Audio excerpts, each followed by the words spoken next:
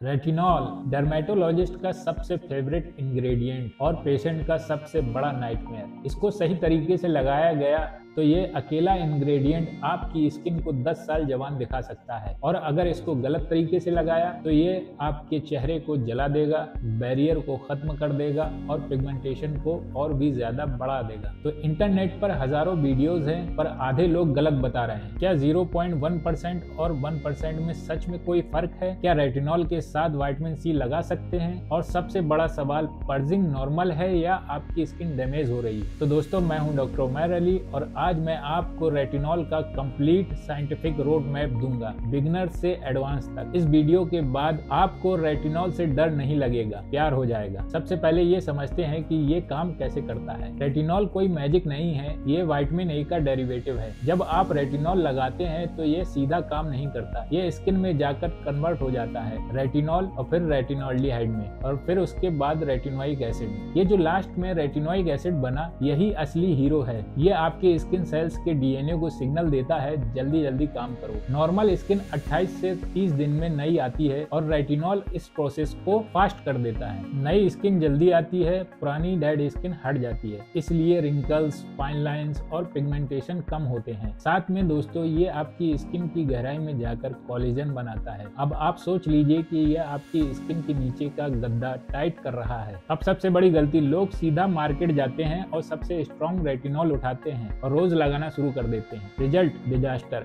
अगर आप बिगनर हैं तो ये 3 रूल्स लिख लीजिए। पहला, हमेशा लो परसेंटेज से स्टार्ट करें। बिगनर के लिए 0.1% से 0.3% बेस्ट है। सीधा 1% पर जंप मत करें, आपकी स्किन को रेटिनाइजेशन प्रोसेस के लिए टाइम चाहिए। दोस्तों, इरिटेशन से बचने का ब्रह्मास्त्र है सैंडविच मेथड। और ये सैंडविच मेथड होती क्या है? रात में फेस वॉश के बाद हल्का मॉइस्चराइजर लगाएं, फिर उसके ऊपर मटर के दाने जितना रेटिनॉल लगाएं, फिर वापस उसके ऊपर मॉइस्चराइजर लगाएं। इससे रेटिनॉल का एब्जॉर्प्शन स्लो होता है, पर रिजल्ट्स वही मिलते हैं बिना किसी जलन के। रेटिनॉल सनलाइट में अनस्टेबल हो जाता है और डिग्रेड हो जाता है, इसलिए सिर्फ रात को ही लगाएं। अगले दिन सुबह सनस्क्रीन लगाना ऑप्शनल नहीं, मैंडेटरी है, क्योंकि नई बेबी स्किन धूप में जल्दी जल सकती है। दोस्तों, अब आपको ध्यान से सुनना है।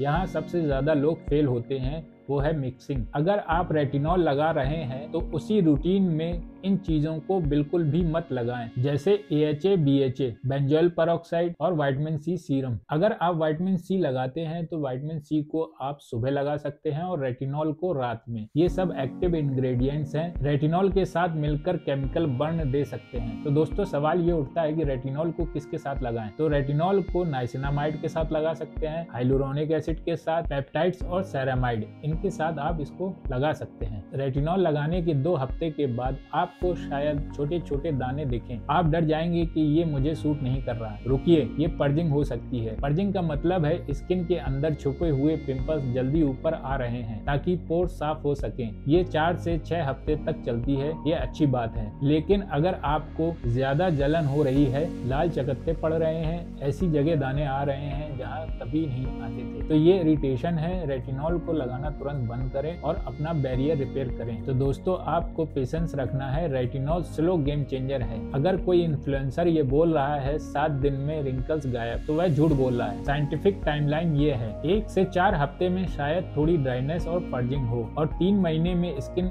स्मूथ और ग्लो आना शुरू होता है, और 6 महीने में पिगमेंटेशन लाइट होंगी और फाइन लाइंस कम होंगी, और 1 साल में कोलेजन प्रोडक्शन पीक पर होगा। जो लोग 3 महीने टिक गए, उनकी स्किन ट्रांसफॉर्म हो जाती है। जो 2 हफ्ते में डर गए, वो कभी रिजल्ट नहीं पा पाते। तो दोस्तों, आपका फाइनल रूटीन क्या होना चाहिए? स्क्रीनशॉट ले लीजिए। सुबह आप जेंटल क्लींजर, फिर उसके बाद विटामिन सी सीरम अगर आप लगाते हैं तो, फिर उसके बाद मॉइस्चराइजर, फिर उसके बाद सनस्क्रीन, वो भी SPF 50 वाली। अब बात करते हैं रात के रूटीन की। अगर आप रात में मेकअप किए हैं या सनस्क्रीन लगाए हुए हैं तो आप डबल क्लीन करें और उसके बाद नाइसिनामाइड सीरम अगर आप लगाते हो तो, फिर उसके ऊपर आपको मॉइस्चराइजर लगाना है, हल्की लेयर, और फिर उसके बाद रेटिनॉल 0.2% या 3% और फिर उसके बाद आपको वापस मॉइस्चराइजर लगाना है सैंडविच मेथड की तरह। शुरू में हफ्ते में 2 बार लगाएं और फिर 3 बार कर दें। जब आपकी स्किन को आदत हो जाए तब उसे अल्टरनेट डेज पर लगाएं। रेटिनॉल एक जर्नी है, रेस नहीं।